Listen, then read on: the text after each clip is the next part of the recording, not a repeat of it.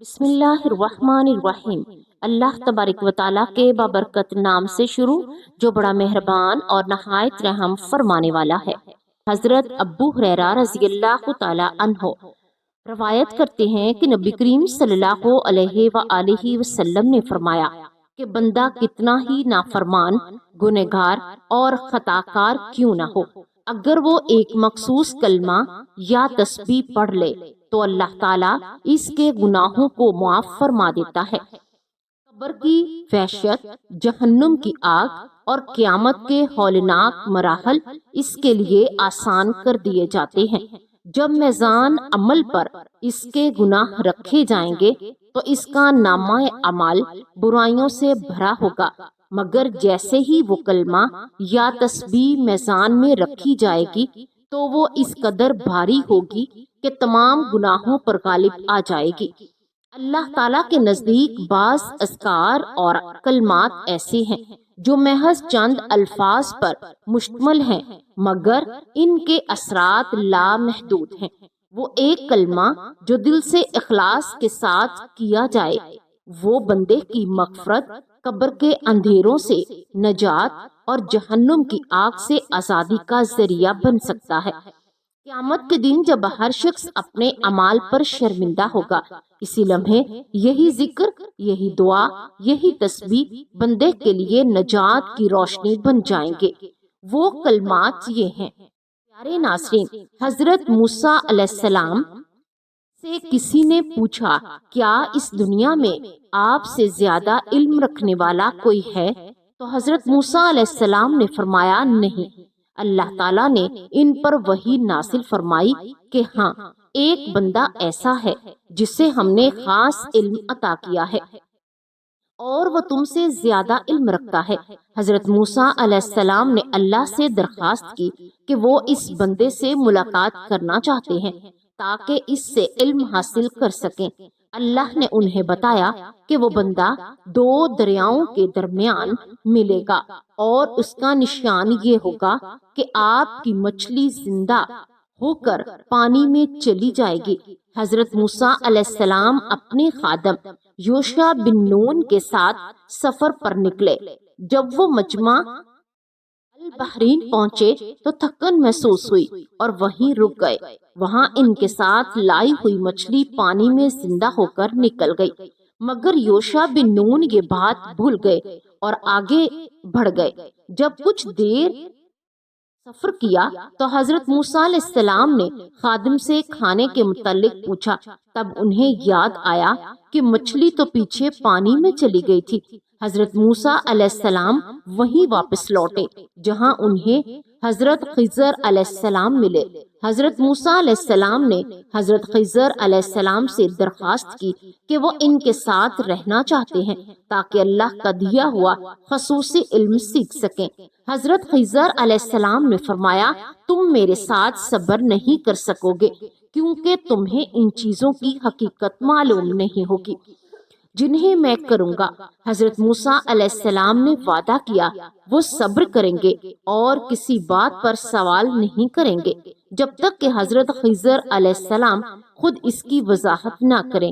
حضرت خضر علیہ السلام اور حضرت موسیٰ علیہ السلام کا ایک کشتی میں سوار ہو گئے اور حضرت خضر علیہ السلام نے اچانک کشتی میں سوراخ کر دیا۔ حضرت موسیٰ علیہ السلام حیران ہو گئے اور اعتراض کیا کہ آپ نے یہ کیا کیا، یہ تو مسافروں کو ڈبونے کی کوشش ہے۔ حضرت خضر علیہ السلام نے کہا کہ میں نے تم سے نہیں کہا تھا کہ تم میرے ساتھ صبر نہ کر سکو گے، کیونکہ اگر تم مجھ سے کوئی عجیب بات دیکھو گے تو تم صبر نہ کرو گے۔ حضرت موسیٰ علیہ السلام نے کہا کہ اگر میں اس کے بعد آپ سے کچھ سوال کروں تو آپ مجھے اپنے ساتھ نہ رکھیں اور مجھے اپنی خدمت سے علیحدہ کرنے کا عذر درست ہوگا۔ پھر حضرت موسیٰ علیہ السلام اور حضرت خضر علیہ السلام دونوں روانہ ہو گئے، یہاں تک کہ جب ایک بستی کے پاس پہنچے جس کا نام انطاکیہ تھا تو وہاں کے رہنے والوں سے کھانا طلب کیا۔ انہوں نے ان دونوں کو مہمان بنایا اور کھانا کھلانے سے انکار کیا۔ تو پھر ان دونوں نے اس بستی میں ایک دیوار دیکھی جو جھکتی ہوئی تھی، گرنے کے قریب تھی۔ حضرت خضر علیہ السلام نے اس دیوار کو درست کر دیا۔ تب حضرت موسیٰ علیہ السلام نے کہا کہ آپ چاہتے ہیں اس دیوار کو بنانے میں کچھ مزدوری لے لیتے، ہم اس سے کھانا خرید لیتے۔ حضرت خضر علیہ السلام نے کہا، یہ تیسری بار سوال کرنا میرے اور آپ کے درمیان جدائی ہے۔ اپنے وعدے کے مطابق مجھ میں اور آپ میں جدائی ہو گئی۔ اب میں ان چیزوں کو حقیقت سے جس پر آپ صبر نہ کر سکے آپ کو مطلع کر دوں۔ وہ کشتی جس میں نے سوراخ کیا تھا، اس کو عیبدار کر دیا تھا، تو وہ چند مسکین غریبوں کی تھی جو کہ سمندر میں کام کر کے لوگوں کو سوار کر کے اپنی روزی کماتے۔ میں نے چاہا کہ اس کو عیبدار کر دوں۔ اس کی وجہ یہ تھی کہ ان کے آگے ایک بادشاہ تھا جس کا نام جلندی تھا۔ وہ اچھی کشتیوں کو لوگوں سے زبردستی چھین لیتا تھا، لہٰذا میں نے کشتی کو داغدار کر دیا کہ وہ ظالم ہاتھوں سے محفوظ رہے۔ لیکن وہ لڑکا جس کو میں نے قتل کر دیا تھا، اس کے ماں باپ بچے دونوں ہی مسلمان تھے، اس گاؤں کے بڑے بڑے نیک لوگوں میں سے تھے۔ پاس اس بات کا خوف ہے کہ یہ لڑکا اپنے ماں باپ کو ان کی حد سے زائد محبت کی وجہ سے ان کی سرکشی اور کفر کرنے پر مجبور کرے گا، تو میں نے اس کو قتل کر دیا، اور ہمارا ارادہ یہ ہوا کہ ان کا رب ان دونوں کو اس لڑکے کے بدلے اس سے بہتر نیک اولاد اور زیادہ اپنے ماں باپ پر رحم کرنے والی عطا فرمائے گا۔ تو اللہ تعالیٰ نے ان دونوں کو ایک لڑکی عطا فرمائی جس سے ایک نبی نے نکاح کیا اور لڑکی سے ایک نبی پیدا ہوئے۔ تو اللہ تعالیٰ نے اس کے ذریعے سے انسان کو ایک بڑے گروہ کو ہدایت فرما دی۔ وہ لڑکا جو قتل کر دیا تھا وہ کافر تھا، چور تھا، لوگوں کو خواہ مخواہ قتل کرنے والا تھا۔ اسی واسطے حضرت خضر علیہ السلام نے اس کو قتل کر دیا۔ اس مقتول کا نام جیسور تھا۔ لیکن وہ دیوار جس کو میں نے درست کر کے بنایا 2 یتیم لڑکوں کی تھی۔ ان میں سے ایک کا نام امیرم اور دوسرے کا نام سریم تھا۔ وہ شہر انطاکیہ میں رہتے تھے، اور اس دیوار کے نیچے ان دونوں کا خزانہ تھا اور سونے کی ایک تختی تھی جس میں علم اور حکمت کی باتیں لکھی ہوئی تھی۔ سطری کے شروع میں بسم اللہ الرحمن الرحیم لکھی تھی۔ دوسری بات یہ بھی لکھی تھی، جو مجھے تعجب ہے اس شخص سے جس کو موت کا یقین ہے، وہ دنیا میں کیسے خوش رہ سکتا ہے، اور مجھے تعجب ہے اس شخص پر جو تقدیر پر یقین رکھتا ہے، وہ غمگین کیسے ہوتا ہے، اور مجھے تعجب ہے اس پر جو دنیا کے فانی ہونے کا اور دنیا والوں کے ایک دوسرے کو مرنے کے بعد ایک کے بعد دوسرے کے بعد پیدا ہونے پر یقین ہے۔ وہ کیوں کر دنیا میں اطمینان رکھتا ہے۔ آخر میں یہ لکھا تھا، لا الہ الا اللہ محمد رسول اللہ صلی اللہ علیہ وآلہ وسلم۔ ان دونوں یتیموں کا باپ بڑا نیک امانت دار تھا، اس کا نام کاشا تھا، اور اس کے رب نے چاہا کہ وہ دونوں لڑکے اپنی پوری عمر کو پہنچے، یعنی بالغ ہو جائیں اور اپنا خزانہ اس دیوار کے نیچے سے نکال لیں، یعنی وہ تختی وغیرہ۔ یہ آپ کے رب کی طرف سے ان دونوں کے لیے بڑی رحمت اور نعمت ہے۔ اور بعض نے کہا کہ آپ کے رب کی وحی سے میں نے ایسا کیا، اور میں نے اپنی طرف سے اور اپنی خواہش سے نہیں کیا، بلکہ اللہ تعالیٰ کی وحی سے کیا، اس کے حکم سے کیا۔ یہ ہے حقیقت ان باتوں کی جن پر آپ صبر نہ کر سکے۔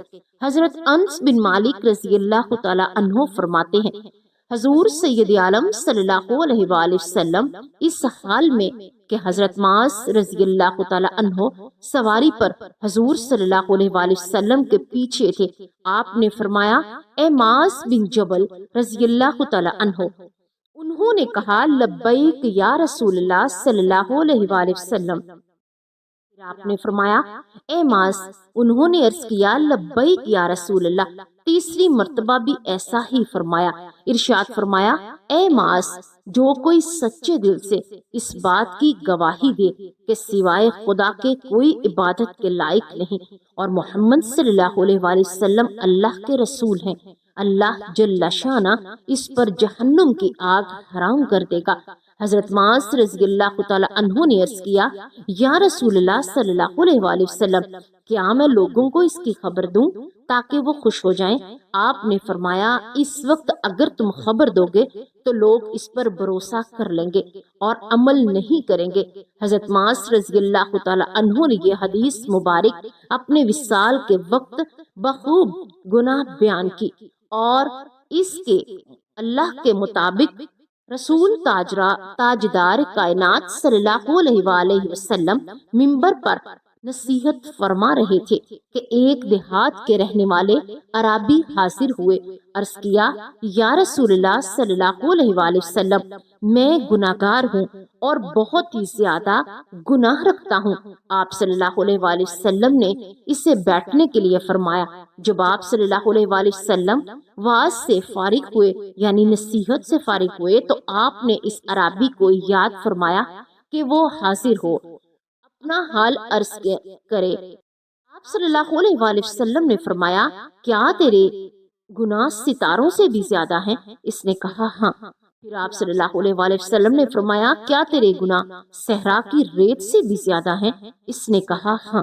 پھر آپ صلی اللہ علیہ وآلہ وسلم نے فرمایا، تیرے گناہ بارش سے قطروں سے بھی زیادہ ہیں؟ اس نے کہا، ہاں۔ پھر آپ صلی اللہ علیہ وآلہ وسلم نے فرمایا، کیا تیرے گناہ درختوں کے پتوں سے بھی زیادہ ہیں؟ اس نے کہا، ہاں۔ پھر آپ صلی اللہ علیہ وآلہ وسلم نے فرمایا، کیا تیرے گناہ اللہ کی رحمت سے بھی زیادہ ہیں؟ اس پر وہ شخص خاموش ہو گیا اور رونے لگا۔ آپ صلی اللہ علیہ وآلہ وسلم نے فرمایا، تو کچھ نہ کر، یہ کلمہ پڑھ، تیرے سب گناہ معاف ہو جائیں گے، اگرچہ کتنے ہی کیوں نہ ہو۔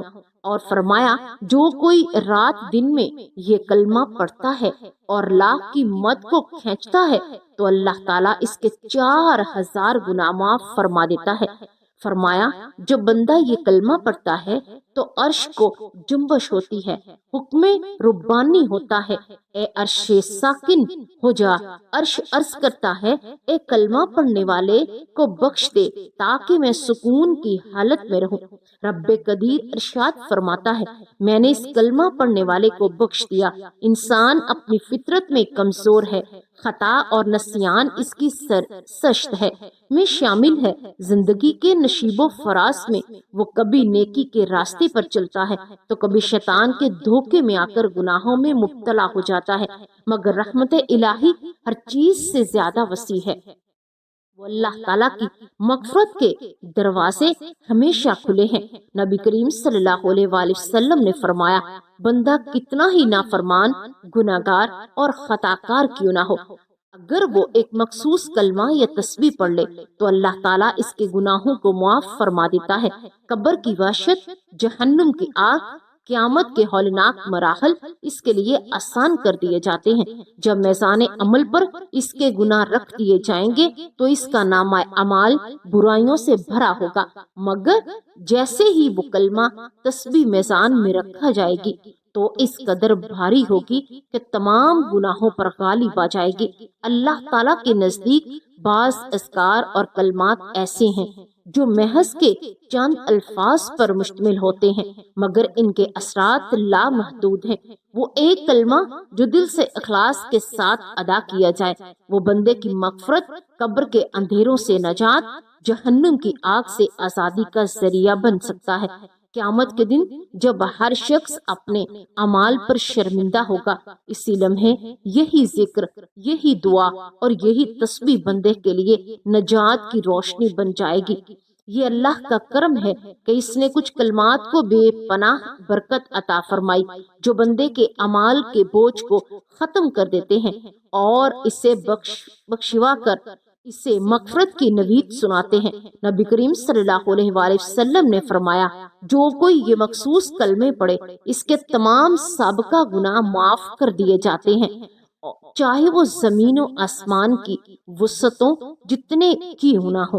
وہ بندہ جو رات کے اندھیروں میں گناہوں میں ڈوبا ہو، اگر خلوت نیت سے یہ دعا کر لے تو اللہ اسے ایسا پاک کر دیتا ہے جیسے کہ وہ ابھی ماں کے پیٹ سے پیدا ہوا ہو۔ یہی کلمہ قیامت کے دن اس کے لیے ڈھال بنے گا، یعنی میزان میں بھاری ہوگا، یہی جہنم سے آزادی کا سبب بنے گا۔ حضرت ابو ہریرہ رضی اللہ تعالی عنہ سے روایت ہے، نبی کریم صلی اللہ علیہ وآلہ وسلم نے فرمایا، قیامت کے دن ایک بندے کو اللہ تعالیٰ کے سامنے پیش کیا جائے گا اور اللہ تعالیٰ اس سے فرمائے گا، اے ابن آدم، میں نے تجھے کھلایا، پلایا، صحت دی، رزق دیا، کیا تو نے مجھے کبھی یاد کیا؟ وہ بندہ عرض کرے گا، اے میرے رب، میں نے تیری یاد میں بہت وقت گزارا۔ پھر اللہ تبارک و تعالیٰ فرمائے گا، میں نے تجھے مال دیا، عزت دی، کیا تو نے میرے بندوں پر رحم کیا؟ کیا تو نے میری نعمتوں کا شکر ادا کیا؟ وہ بندہ کہے گا، اے میرے رب، میں غافل رہا۔ اللہ تعالیٰ فرمائے گا، تجھ پر میرا عذاب واجب ہو گیا۔ بس فرشتے اسے جہنم کی طرف لے جانے لگے۔ وہ بندہ چیخے گا اور کہے گا، اے میرے رب، مجھے ایک موقع دے۔ بس اللہ تبارک و تعالیٰ فرمائے گا، اچھا میرے خزانوں میں دیکھ، کیا تیرے پاس کوئی ایسی نیکی ہے جو میں قبول کر لوں؟ تب اس بندے کے اعمال میں ایک کاغذ کا ٹکڑا نکلے گا جس پر لکھا ہوگا، سبحان اللہ و بحمدہ، سبحان اللہ العظیم۔ بس وہ نیکی میزان میں رکھ دی جائے گی اور جہنم کے اعمال دوسرے پلڑے میں رکھ دیے جائیں گے۔ یہ ایک نیکی اتنی بھاری ہوگی کہ جہنم کے تمام اعمال ہلکے ہو جائیں گے اور وہ بندہ نجات پائے گا۔ صحیح بخاری، صحیح مسلم۔ حضرت عبداللہ بن عمر رضی اللہ تعالی عنہ سے مروی ہے، نبی کریم صلی اللہ علیہ وآلہ وسلم نے فرمایا، قیامت کے دن ایک شخص کے تمام مخلوقات کے سامنے لایا جائے گا اور اس کے گناہوں کے 99 دفتر ہوں گے۔ ہر دفتر کی لمبائی جہاں تک نظر ہوگی جائے گی وہاں تک ہوگی۔ پھر اللہ تبارک و تعالیٰ فرمائے گا، کیا تو ان اعمال میں سے کسی چیز کا انکار کرتا ہے؟ کیا میرے لکھنے والے فرشتوں نے تجھ پر ظلم کیا؟ وہ کہے گا، نہیں اے میرے رب۔ اللہ تعالیٰ فرمائے گا، تیرے پاس کوئی عذر ہے؟ وہ کہے گا، نہیں۔ میرے اللہ تبارک و تعالیٰ فرمائے گا، ہمارے پاس تیری ایک نیکی موجود ہے، آج تجھ پر ظلم نہ ہوگا۔ پھر ایک کاغذ کا ٹکڑا نکالا جائے گا جس میں لکھا ہوگا، لا الہ الا اللہ محمد رسول اللہ۔ وہ کہے گا، اے میرے رب، ان تمام اعمال کے مقابلے میں ایک کاغذ کا ٹکڑا کیا حیثیت رکھتا ہے؟ تو اللہ تبارک و تعالیٰ فرمائے گا، تجھ پر کوئی ظلم نہ ہوگا۔ پھر تمام دفاتر میزان کے ایک پلڑے میں رکھ دیے جائیں گے اور وہ کاغذ کا ٹکڑا دوسرے پلڑے میں رکھ دیا جائے گا۔ وہ تمام دفاتر ہلکے ہو جائیں گے اور وہ کاغذ کا ٹکڑا بھاری ہو جائے گا۔ اس لیے لا الہ الا اللہ کی حقیقت، عظمت بہت بڑی ہے۔ مسند احمد، جامعہ ترمذی، سنن ابن ماجہ۔ اللہ تعالیٰ تمام مسلمان بھائیوں بہنوں کو ہر وقت کلمہ طیبہ پڑھنے کی توفیق عطا فرمائے اور اللہ تبارک و تعالیٰ تمام امت مسلمہ پر اس مقدس مہینہ کے صدقے اپنا فضل، اپنا کرم اور اپنا رحم کرے۔ اللہ تبارک و تعالیٰ ہمیں دین کی مکمل سمجھ نصیب فرمائے، آمین۔